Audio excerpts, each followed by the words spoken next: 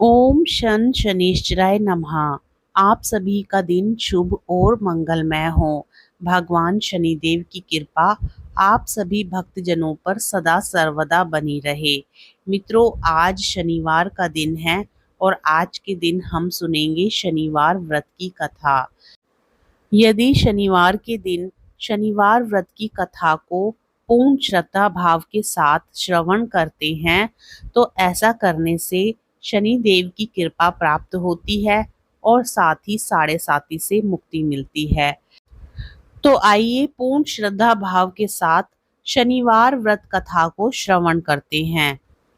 एक समय स्वर्ग लोक में सबसे बड़ा कौन के प्रश्न पर 9 ग्रहों में विवाद हो गया। विवाद इतना बढ़ा कि परस्पर भयंकर युद्ध की स्थिति बन गई।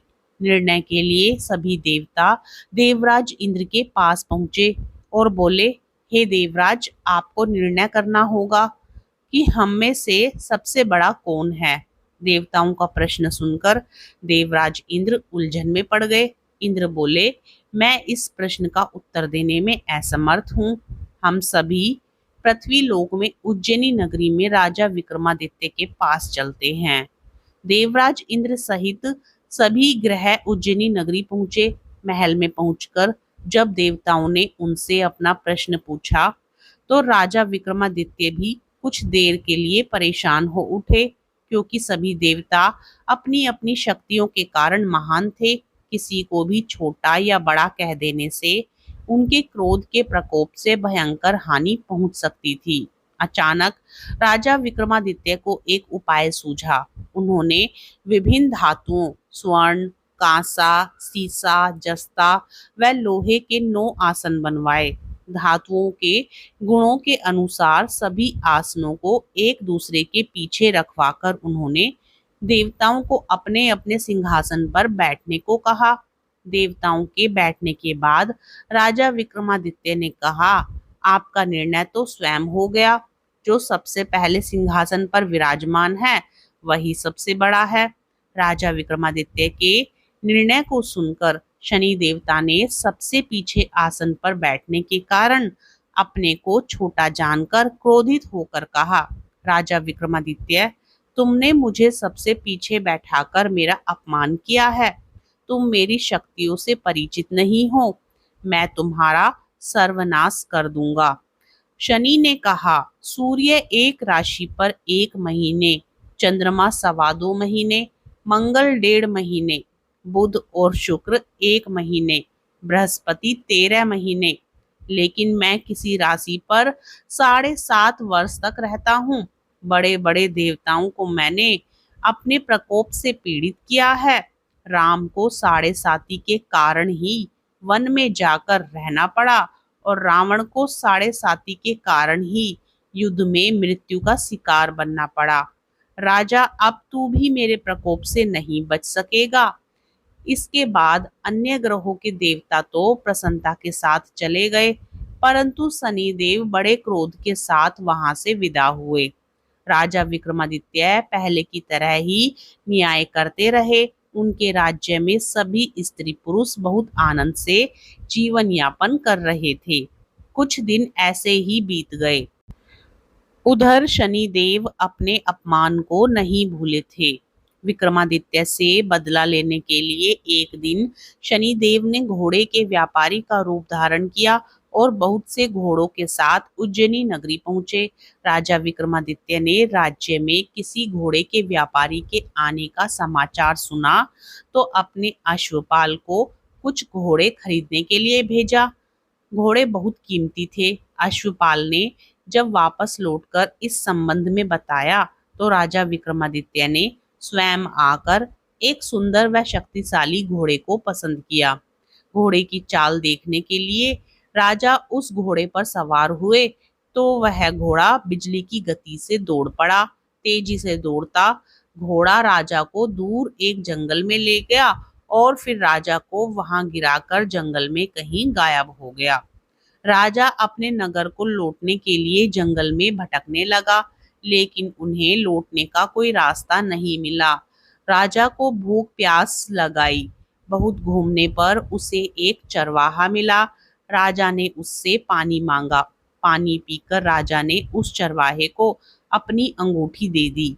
फिर उससे रास्ता पूछकर वह जंगल से निकलकर पास के नगर में पहुंचा। राजा ने एक सेठ की दुकान पर बैठकर कुछ देर आराम किया। उस सेठ ने राजा से बातचीत की तो राजा ने उसे बताया कि मैं उज्जैनी नगरी से आया हूँ। राजा के कुछ देर दुकान पर बैठने से सेठ जी की बहुत बिक्री हुई।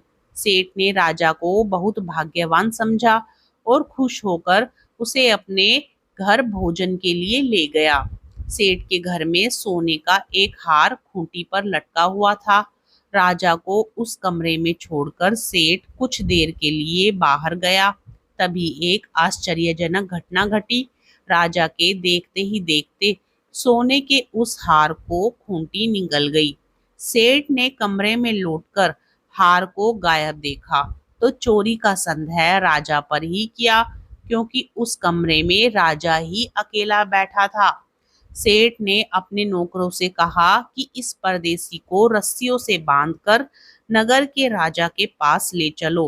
राजा ने विक्रमादित्य से हार के बारे में पूछा तो उसने बताया कि उसके देखते ही देखते खूंटी ने हार को निगल लिया था। इस पर राजा ने क्रोधित होकर चोरी करने के अपराध में विक्रमादित्य के हाथ पांव काटने का आदेश दे दिया। राजा विक्रमादित्य के हाथ पांव काटकर उसे नगर की सड़क पर छोड़ दिया गया। कुछ दिन बाद एक तेली उसे उठाकर अपने घर ले गया और उसे अपने कोलू पर बैठा दिया। राजा आवाज देकर बैलों को हाँकता रहता। इस तरह तेली का बैल चलता रहा और राजा को भोजन मिलता रहा। शनि के प्रकोप की 7.5 पूरी होने पर वर्षा ऋतु प्रारंभ हुई। राजा विक्रमादित्य एक रात मेघ मल्हार गा रहा था कि तभी नगर के राजा की लड़की राजकुमारी मोहिनी रथ पर सवार उस तेली के घर के पास से गुजरी। उसने मेघ मल्हार सुना तो उसे बहुत अच्छा लगा और दासी को भेजकर गाने वाले को बुला लाने को कहा। दासी ने लौटकर राजकुमारी को अपंग राजा के बारे में सब कुछ बता दिया। राजकुमारी उसके मेघ मल्हार से बहुत मोहित हुई, अतः उसने सब कुछ जानकर भी अपंग राजा से विवाह करने का निश्चय कर लिया। राजकुमारी ने अपने माता पिता से जब यह बात कही तो वे हैरान रह गए। रानी ने मोहिनी को समझाया, बेटी, तेरे भाग्य में तो किसी राजा की रानी होना लिखा है, फिर तू उस अपंग से विवाह करके अपने पांव पर कुल्हाड़ी क्यों मार रही है। राजकुमारी ने अपनी जिद नहीं छोड़ी। अपनी जिद पूरी कराने के लिए उसने भोजन करना छोड़ दिया और प्राण त्याग देने का निश्चय कर लिया। आखिर राजा रानी को विवश होकर अपंग विक्रमादित्य से राजकुमारी का विवाह करना पड़ा। विवाह के बाद राजा विक्रमादित्य और राजकुमारी तेली के घर में रहने लगे। उसी रात स्वप्न में शनिदेव ने राजा से कहा, राजा, तुमने मेरा प्रकोप देख लिया। मैंने तुम्हें अपने अपमान का दंड दिया है। राजा ने शनिदेव से क्षमा करने को कहा और प्रार्थना की, हे शनिदेव, आपने जितना दुख मुझे दिया है अन्य किसी को न देना।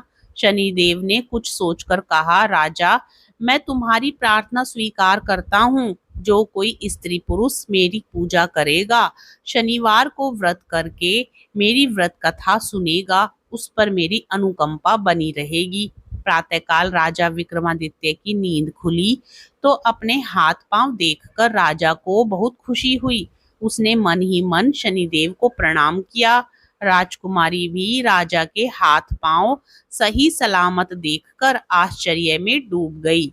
तब राजा विक्रमादित्य ने अपना परिचय देते हुए शनिदेव के प्रकोप की सारी कहानी सुनाई। सेठ को जब इस बात का पता चला तो दौड़ता हुआ तेली के घर पहुंचा और राजा के चरणों में गिरकर क्षमा मांगने लगा।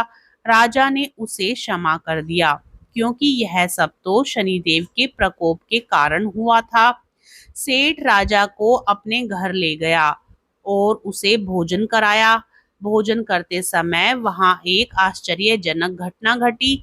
सबके देखते ही देखते उस खूंटी ने हार उगल दिया।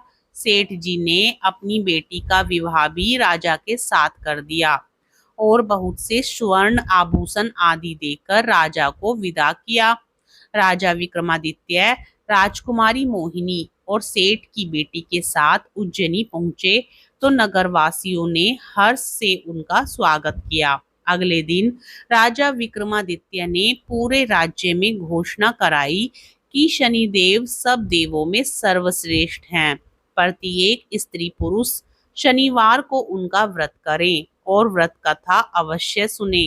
राजा विक्रमादित्य की घोषणा से शनि देव बहुत प्रसन्न हुए। शनिवार का व्रत करने और व्रत कथा सुनने के कारण सभी लोगों की मनोकामनाएं शनि देव की अनुकंपा से पूरी होने लगी। सब लोग आनंद पूर्वक रहने लगे। प्रेम से बोलिए शनि देव भगवान की जय। कथा पसंद आए तो वीडियो को लाइक जरूर करें, अपने मित्रगणों और रिश्तेदारों में शेयर करें और साथ ही चैनल पर यदि नए हैं तो चैनल को सब्सक्राइब भी कर लें। जय शनिदेव।